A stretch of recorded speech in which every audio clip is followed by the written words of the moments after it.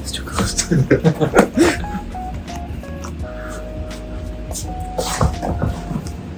tough. Damn it.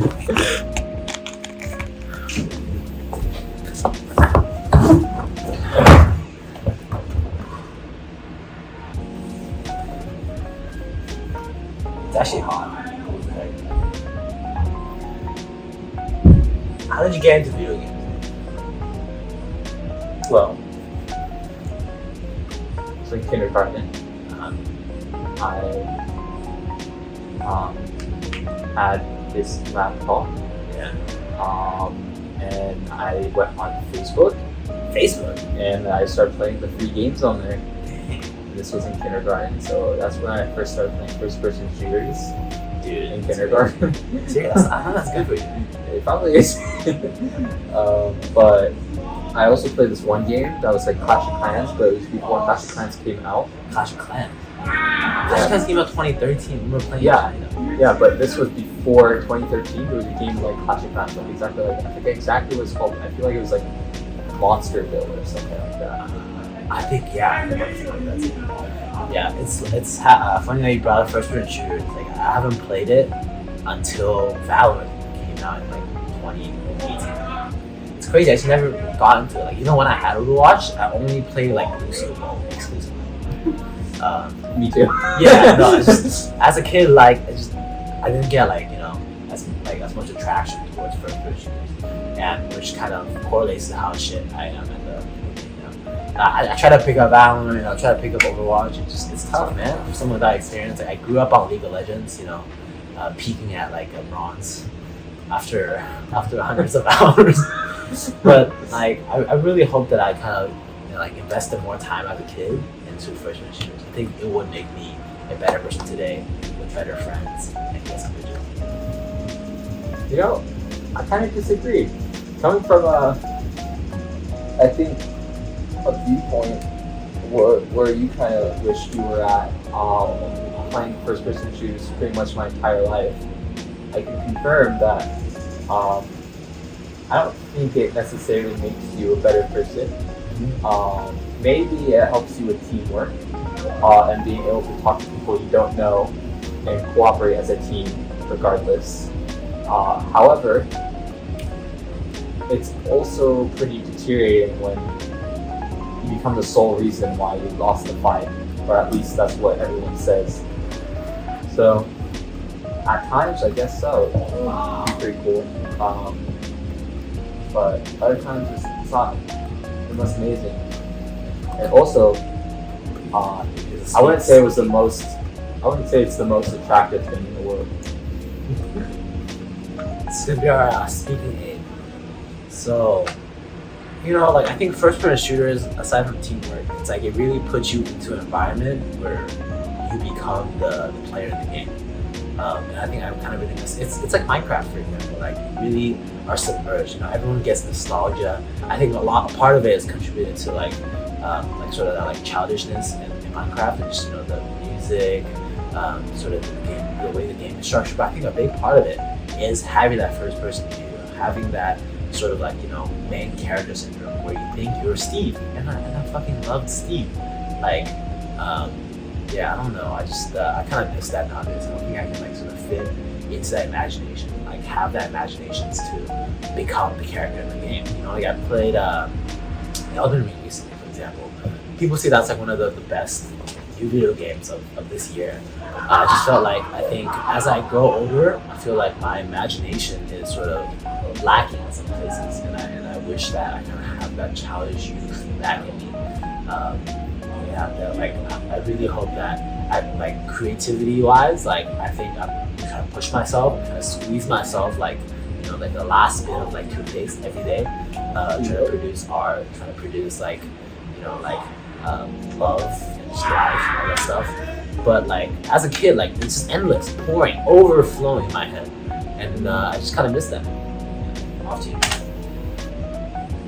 Yeah, no, I totally agree. I as well as have grown up from Minecraft, and I would view it as more of a stepping stone to what I'm interested in today. I was interested in Minecraft architecture and building, Yep. and I would say that really allowed me to go into more of design for developing in GFX later down the road. And I would say maybe even fiddling around with redstone all the time and command blocks has led me to coding now. So I feel like a lot of these gaming experiences, though we might look back on it and miss it, we kind of live here and now throughout our time as we live in different forms. Yeah. So shifting off from the topic of video games, how do you feel playing those games has shifted the way you think as a game developer? As a game developer, I would say, like, before, it's like learning a magic trick, right? Or seeing a magic trick for the first time.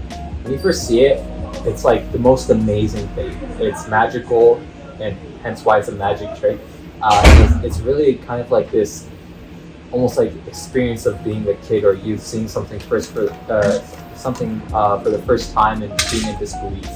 And once you start to learn magic, you can kind of notice what's happening, seeing what's going on under the sleeves and the screens and everything like that. And I would say it's kind of similar to like games. Like after you start developing games, you can still very well have fun after learning how to code and develop games, but you kind of get to see and appreciate the little intricity. Yeah, say it. Yeah, I'm sorry. Yeah. And like the qualities of the piece that people don't normally see when they first play the game. Like even like creating a multiplayer game is a pretty hard feat and is really annoying. I haven't been able to do it so far yet, but hopefully in the future.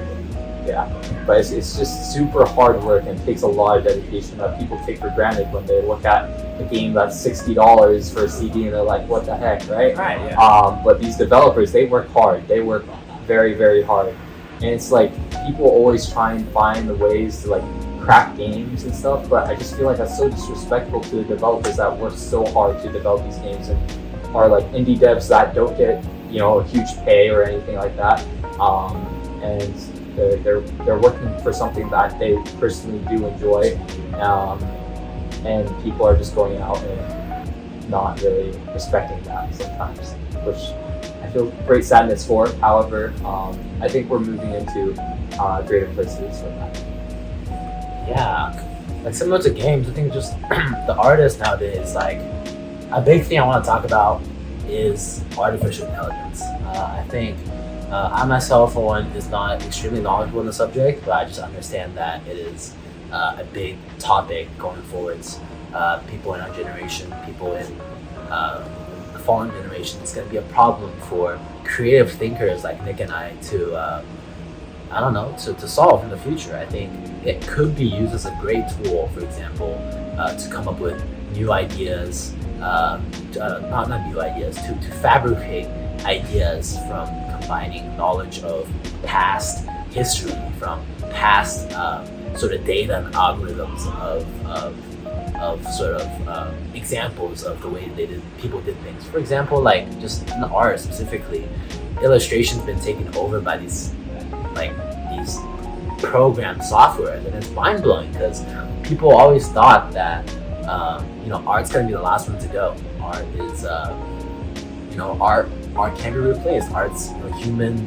The originality and creativity stems from human brains. But to be honest, like a lot of the creative things people think of is just a combination of things they've seen, things they've experienced, things of the past, and AIs and technology can do that way faster, in way larger quantities, and just more frequently in general.